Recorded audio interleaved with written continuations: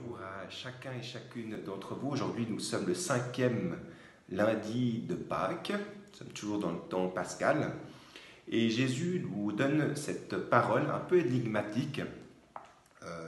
C'est celui qui a reçu mes commandements et qui les garde, c'est celui-là qui m'aime. Je répète, celui qui a reçu mes commandements et qui les garde, c'est celui-là qui m'aime. Alors pour comprendre cette phrase, je me souviens d'un couple que je préparais au mariage et je ne sais plus, j'avais posé une petite question, j'avais dit mais comment est-ce que tu sais que vous vous aimez réellement, profondément, etc. Et il m'avait répondu du tac au tac, le monsieur m'avait dit je sais que je l'aime parce que tout ce que je pense, elle le pense. Tout ce que j'aime, elle aime. Alors, évidemment, dans un contexte humain et de mariage, ça peut être dangereux, parce qu'on peut aussi jouer la manipulation, et en fait, on n'aime pas tellement l'autre, on s'aime plutôt soi-même, et on aime bien que l'autre aime tout ce qu'on aime. Bon. Mais dans le cas de Jésus, c'est très différent, même si dans le cas du couple, il y a quand même quelque chose de vrai et de beau, je pense. Il ne faut pas tout mettre au bac, évidemment. Mais en ce qui concerne Jésus, c'est différent puisque Jésus, il est la parole. Il est celui qui a tout créé avec ordre.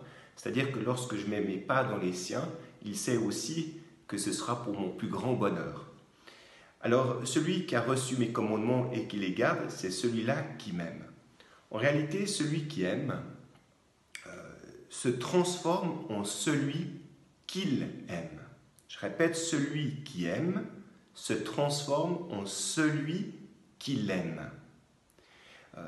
En réalité, il se trouve une sorte de symbiose mutuelle.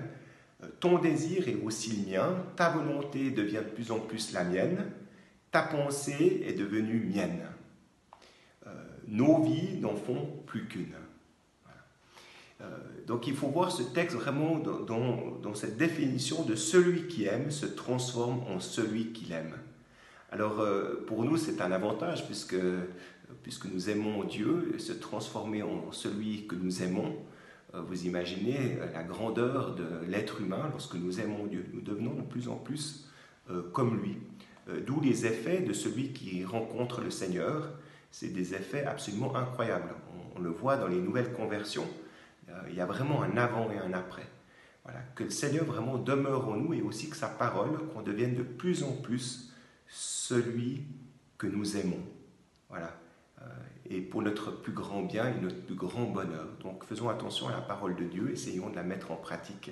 C'est une manière aussi d'aimer Jésus qui est ressuscité. Amen.